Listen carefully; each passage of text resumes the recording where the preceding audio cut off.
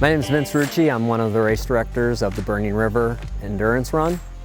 Here today to take you through an aid station layout for this year's race. Obviously, we're in different climates right now, and we really want to do our best to provide everybody a safe and enjoyable race atmosphere and make sure that we're following the compliance guidelines set out to make sure everybody's safe. So this year at the race, our main objective at aid stations is to respect those guidelines that we have with the COVID situation. This is obviously done first and foremost through social distancing, making sure that you're following the markings that we have leading into the aid stations.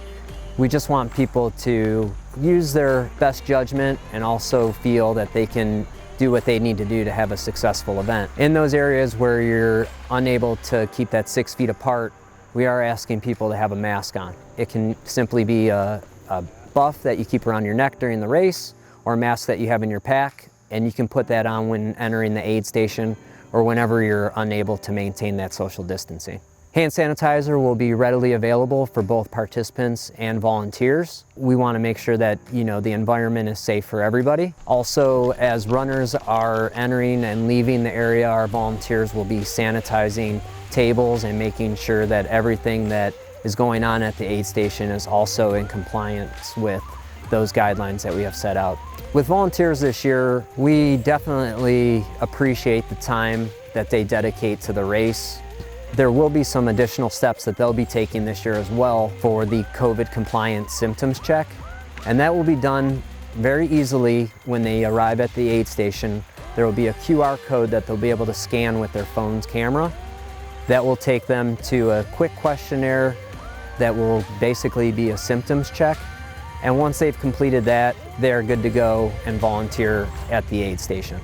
For those volunteers in the area of the aid station that will either be serving or replenishing, it will be important for them to also be sure to have their mask on. For volunteers at the aid station, it's going to be important for them to also maintain that social distancing and respect the other volunteers around them. In order to do that, we're asking that there's no more than 4 volunteers within the aid station area at a given time. So we're basically making it really easy this year by having 4 tables in that area, which will have each volunteer positioned at that table, either as a replenisher of food and liquids or as a server to the runners as they're coming through.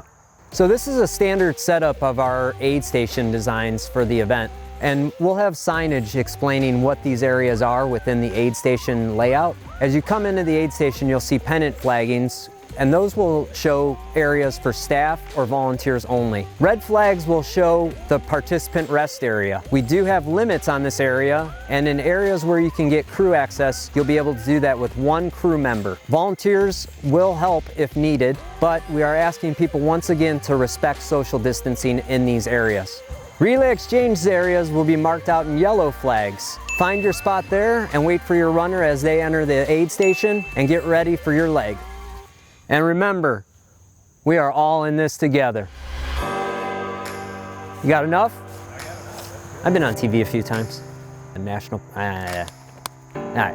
You're more than welcome to make sure that your hand sanitizer is this year, obviously, to have team members waiting for their arriving member to hand off to. I don't want to say that.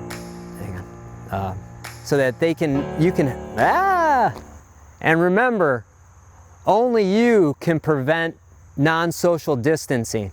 I didn't say non-social distancing. Non-social distancing. Let me do it. He said it didn't make sense.